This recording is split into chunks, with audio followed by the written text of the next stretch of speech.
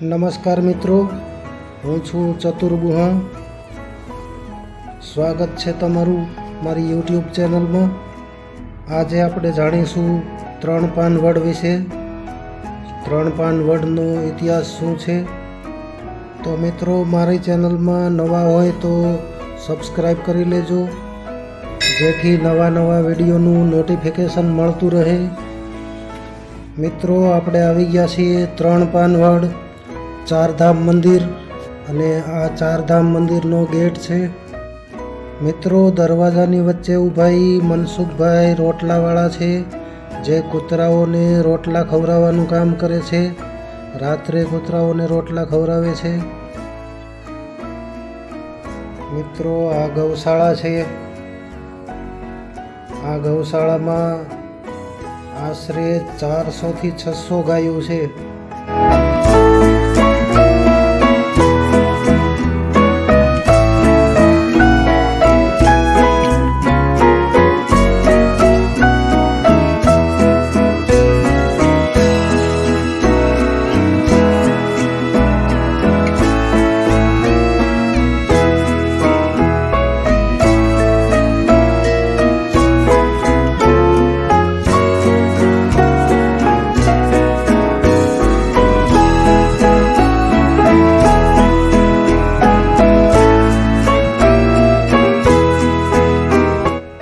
જય હનુમાનજી દાદા, જય બજરંગબલી, જય મારુતિ નંદન.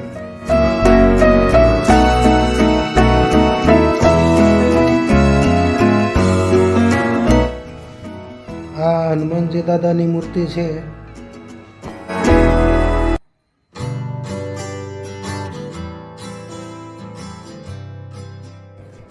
હવે જઈશું મંદિરમાં.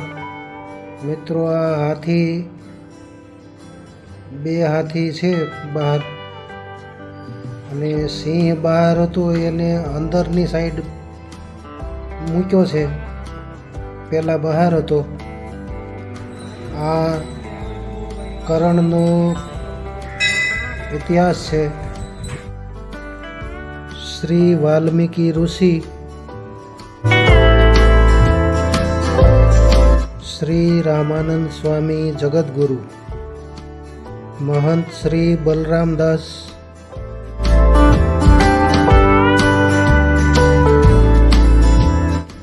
રામજી મંદિરના દર્શન કરી રહ્યા છો મિત્રો આપ.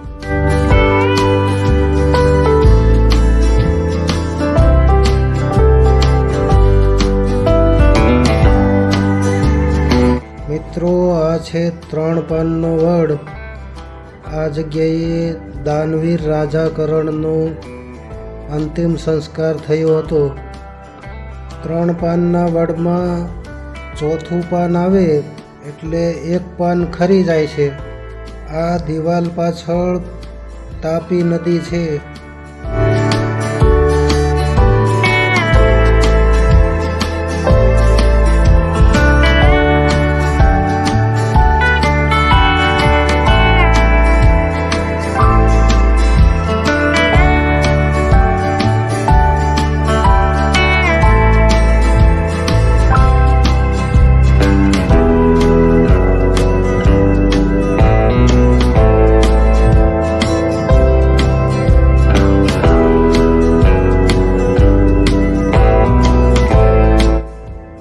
બલભદ્ર, સુભદ્રા અને જગન્નાથ.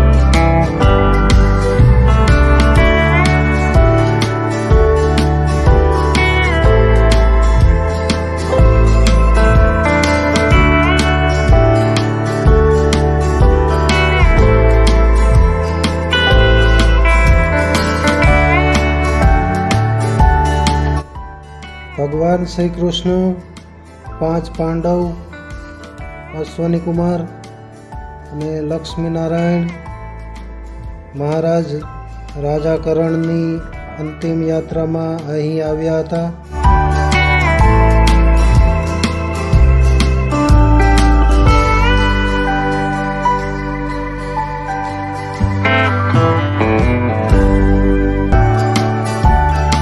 મિત્રો, વિડીયો સારો લાગે તો લાઈક, શેર અને સબસ્ક્રાઈબ કરજો. જય શ્રી કૃષ્ણ.